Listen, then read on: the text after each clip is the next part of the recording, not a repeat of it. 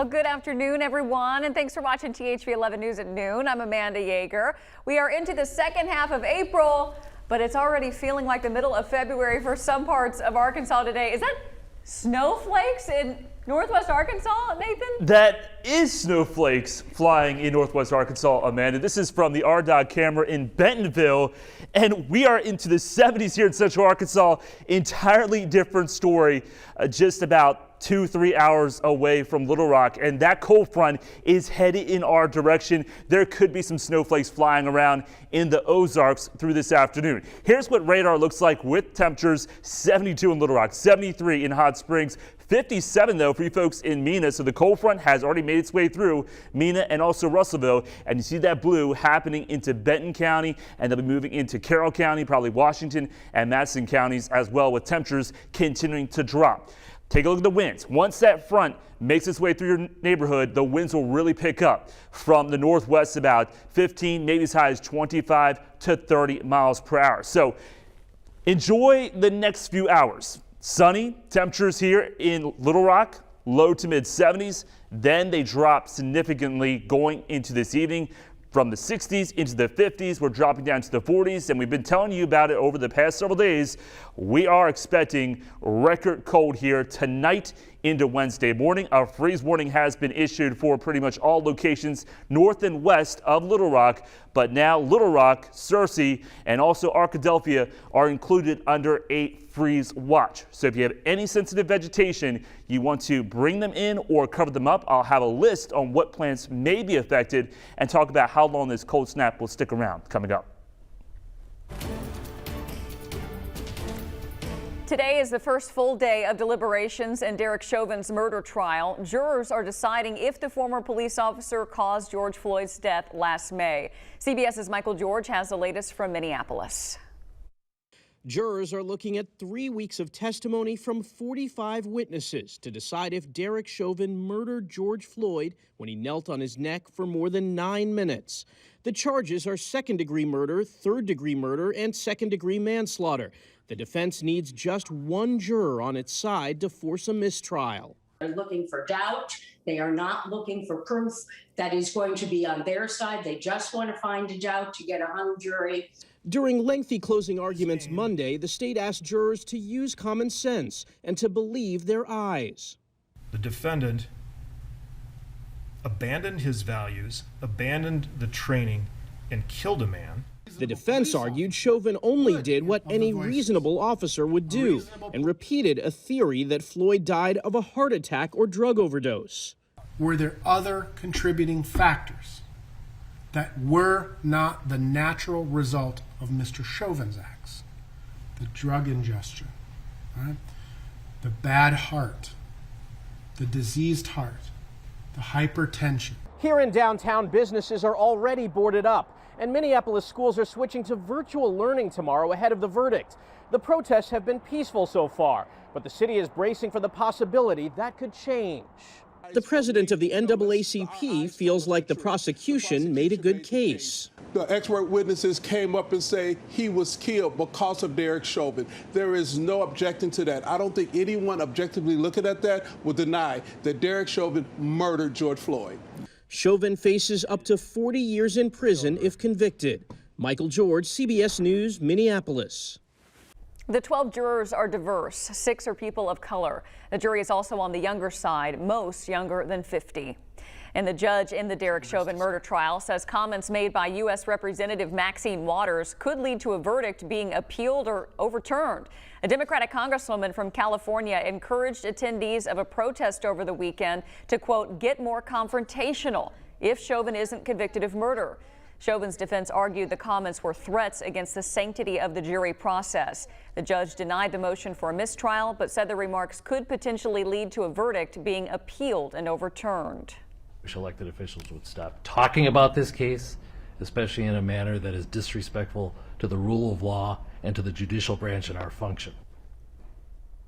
Now, House Speaker Nancy Pelosi told reporters Waters talked about confrontation in the manner of a civil rights movement and should not have to apologize. Authorities identify a man who was shot and killed Saturday morning at an apartment complex in Little Rock. Police say Lee Arthur Shelton Jr. of Pine Bluff was the victim of a fatal shooting that happened on Fair Park Boulevard in Little Rock just before 9:30 on Saturday. Police have arrested A.C. Cummins, the fourth, as a suspect and charged him with first-degree murder and possession of firearms. Today at the state capitol, we'll see if two separate voter bills will make the trip to Governor Hutchinson's desk. The House is set to vote on Senate Bills 643 and 644. SB 643 is aimed at absentee voting. It would move up due dates and make a new requirement that they must be delivered by hand rather than a drop box. SB 644 is all about state takeover of election authorities. The bills are similar to controversial laws passed in Georgia a few weeks ago. If passed today, the two bills will head to the governor's desk for a signature. Of course, we'll have the latest updates on these throughout the day on THV 11 News at 5 and 6. Also at the Capitol, Governor Asa Hutchinson signs a bill to help DACA recipients enter the workforce easily. House Bill 1735 gives students the opportunity to get a work permit to get a professional license in Arkansas. It's something that advocates say will open many more opportunities for young Arkansans. Now they have the opportunity to truly become whatever professional they want to. And here in Arkansas, we have a whole lot of professions that are recruiting individuals from diverse backgrounds with diverse skill sets, and now they have access to those as well. This bill is the fourth to become law during this session as a part of the immigrant education and the Arkansas workforce package. And this afternoon, we continue to hear from people who have not gotten their unemployment benefits for several months. The Arkansas Department of Commerce says the backlog in the system is starting to clear up, but the big issue still slowing things down is the additional ID verification put in place to stop scammers. But there are some steps the state is taking to address this. Here's Secretary of Commerce Mike Preston. We're trying to make it as easy as possible for folks to do that. We're getting ready to do a series of in-person ID verifications, kind of a mass ID verification, in addition to the traditional ways of uploading it to our website through the secure email link that you receive, or going into one of our local workforce offices. Preston says other reasons people may not be receiving their benefits are a hold on their account, either from a previous claim or an overpayment. He says also in some cases, an unemployment specialist will just have to talk with those people to get that hold cleared up.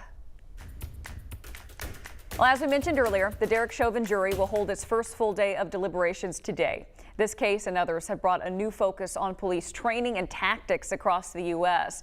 Lawmakers in the state of Washington are trying to change the way officers do their jobs.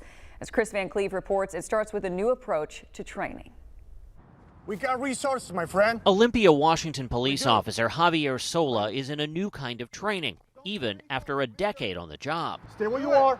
The former Marine is practicing de-escalation techniques aimed at showing new recruits and veteran officers sometimes the best step forward can be taking 2 steps back. If we slow down the pace, that will increase our options. And I believe that if we increase the options, that will decrease the likelihood of either party getting hurt. And now the Washington State Criminal Justice Training Commission is incorporating active bystander training into this class and throughout its curriculum. It is one of the first in the country to require it for all new recruits. CJTC teaches new officers to take action if they see a colleague violating policy or using excessive force, with the goal of avoiding a situation like the George Floyd case. Whoa, hold on, what's going on? Hold on. Or this traffic stop in Virginia last December involving an Army lieutenant. Dozens of agencies nationwide are now following Washington's lead. Really just empowering officers to step up and intervene, and then keep improving on the training that we are trying to roll out, this de-escalation training. That's the beginning of how you start to build trust, but it's a slow process. Sean Hendrickson and CJTC train officers from 300 police departments across the state. It's really about not getting yourself so deep into these events where now time starts speeding up and you're forced to make these decisions faster than you should be making them. Stop! Oh my God, stop! Last March, Manuel Ellis died after being forcibly arrested by 6 officers in Tacoma, Washington. They deny any wrongdoing. 13 months later, the state's attorney general is still investigating their use of force. Videos of the incident have raised questions and sparked a push for statewide police reform. That training should have already been in place. Ellis's sister, Monet. I know that I can't go and murder people because I can go to prison for the rest of my life, so I'm not going to do it. It should be like that for officers, but it's not. So they need rules in place just like we need rules in place. In the wake of Ellis and Floyd's deaths, a dozen police reform bills are currently working their way through the Washington state legislature aimed at increasing accountability, banning some tactics like chokeholds, and requiring active bystander training for all officers, adding disciplinary action if they don't step in and report bad conduct. Nationally, many of these reforms are currently stalled in Congress. There's this huge impetus now to get this work done. Democratic State Senator Manka Dhingra, one of the authors of the legislation. The vast majority of our officers are good, ethical human beings who want to do the right thing. They need those tools and that structure to enable them to do that. But the group representing the state's rank-and-file officers worries the reforms will drive people away from a career in law enforcement. This sweeping reform is going to have an effect, really an impact on the recruitment, retention in the profession, and also public safety in general. It doesn't take a lot of bad policing to make the whole profession look bad. After becoming the first black woman captain in the Washington State Patrol, Monica Alexander now oversees training at CJTC. It's about being willing. It's about from top down, the top buying into that we need to do things a little differently. So if we're a servant, how do you serve your people? With humility, with kindness, and gaining their trust. I think there are a lot of people in this country right now that would say police aren't doing that policing is broken. I know a lot of people would say that, and there are parts that are broken, right? The whole car isn't disabled. It's just parts, and we have to fix those parts. 8 of those 12 police reform bills have passed the Washington state legislature. 1 has been signed into law. The other 4 are still pending in this legislative session there. The investigation into the Manuel Ellis death and the use of force surrounding it could wrap up by the end of the month. Chris Van Cleve, CBS News, Washington.